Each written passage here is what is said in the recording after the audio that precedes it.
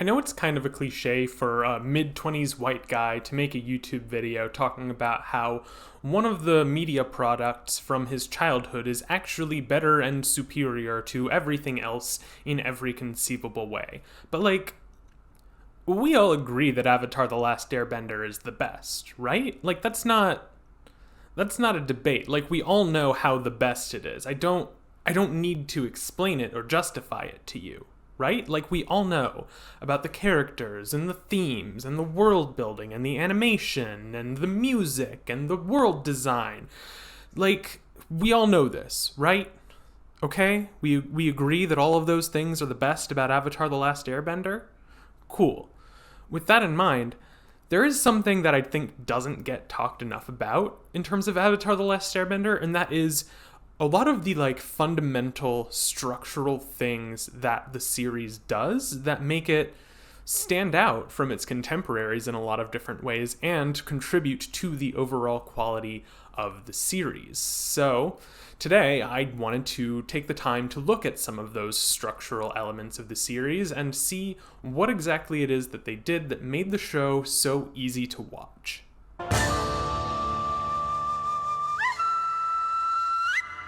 The global debate between whether serialized or episodic versions of storytelling are better have raged for as long as we can remember and will likely continue to rage to the end of time. And each format does have salient benefits over the other in terms of storytelling as well as in terms of how the audience is able to receive it. When it comes to episodic storytelling, it makes it easier to keep your viewers engaged because they don't need to worry about having the backlog of information in order to be able to watch any given episode week to week.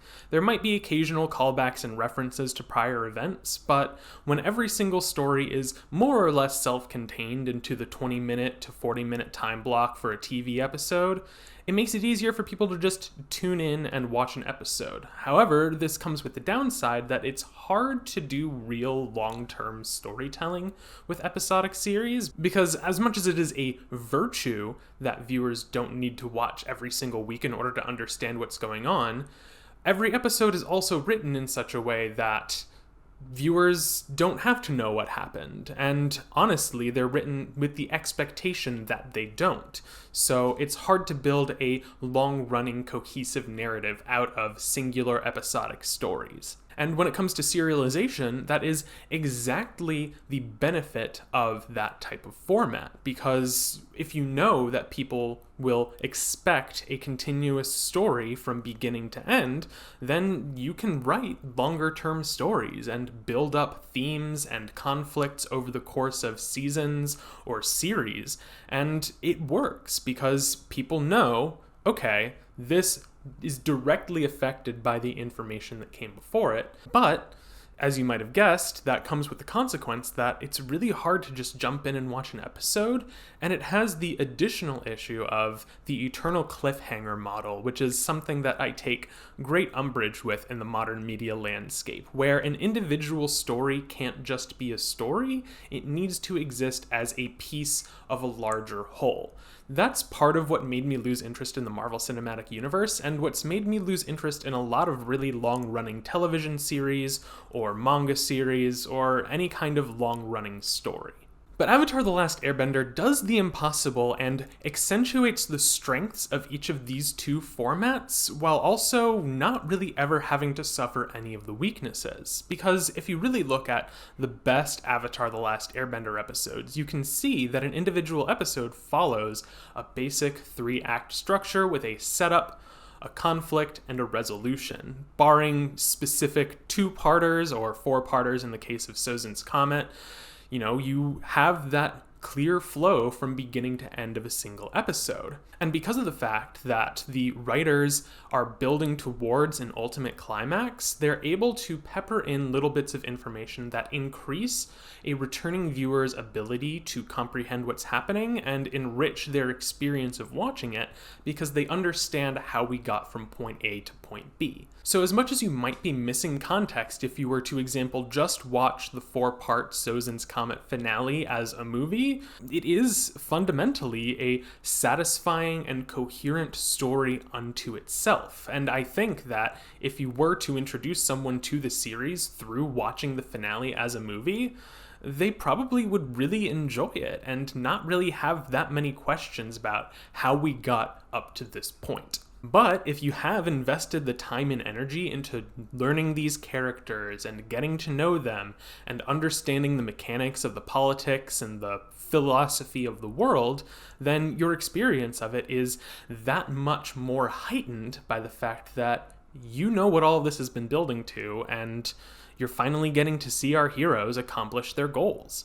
So this structure of episodic stories within a serialized series really does give the best of both worlds, and it never leaves people unsatisfied at the end of a single episode, even if the future is always a little bit uncertain and unclear. Before anyone calls me a hypocrite on this next point because I'm a fan of One Piece, just know that I am aware of the contradiction in some of the things that I believe, so just bear with me. It's fine. None of us are going to be hurt if you just let this little thing slide.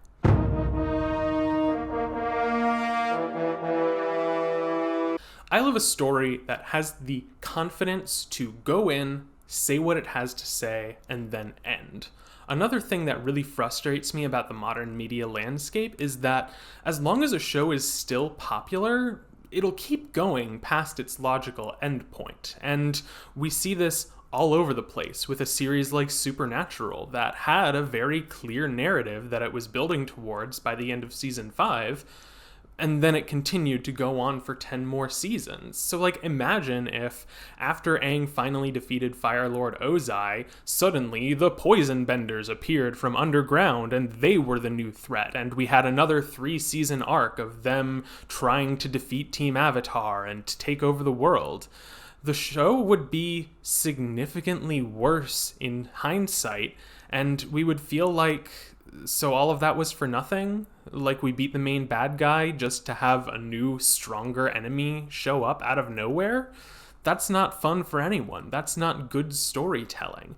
So I have to absolutely respect the fact that Avatar: The Last Airbender came in with a clear vision of how the story was going to unfold, and obviously they changed things along the way, because during the annual release cycle of television series, there's a lot of wiggle room for creators to say, this aspect isn't working, we can shift over to these ideas and maybe retool some of these other ideas to try to incorporate them in a new and interesting way.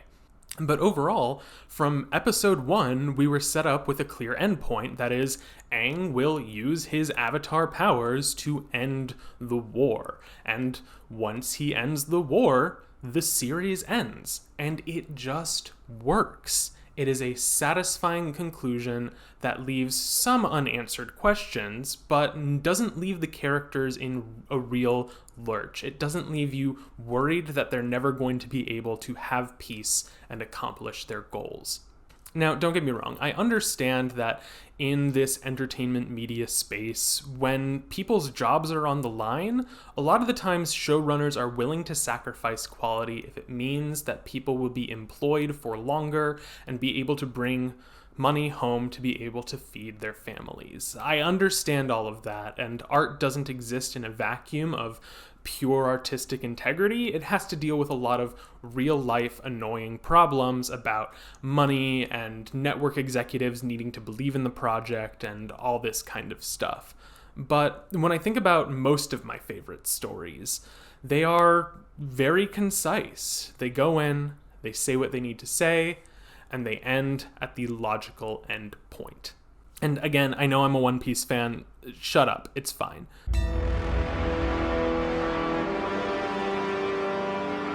Finally, and this is genuinely one of my favorite things that any sort of writing work can do, and that's, we all know about the A-plot, B-plot structure, where in the A-plot is the sort of main story, this is what the main characters are doing, and this is what's happening with them, and then the B-plot includes some side characters. There's a situation that's less important and less complicated, but it allows better pacing in the overall episode to have these two stories interlaced. And the A plot B plot structure works great, and I really don't ever have any issue with it, even if it's just taken at complete face value. But something that Avatar The Last Airbender does when it's at its best is link together the A and B plot, either in direct plot ways where Aang and Zuko directly interact by the end of the episode, or it parallels the themes that our protagonist and deuteragonist are going through during the episode. So think about the best episodes of Avatar The Last Airbender, like Book 1's The Storm.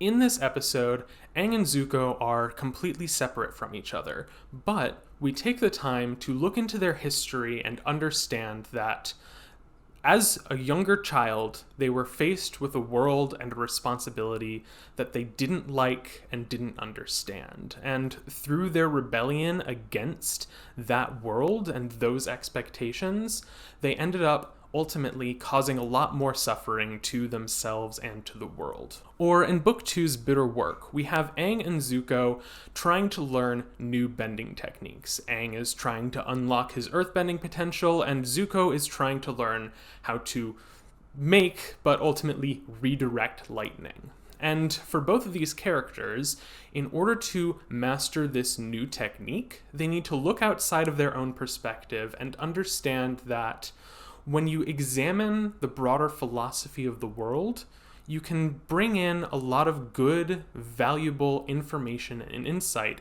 into your own worldview, and you can use that to increase your own capabilities. So by the end of the episode, we have each of them overcoming whatever their mental stumbling block was and being able to master the technique that they were struggling with.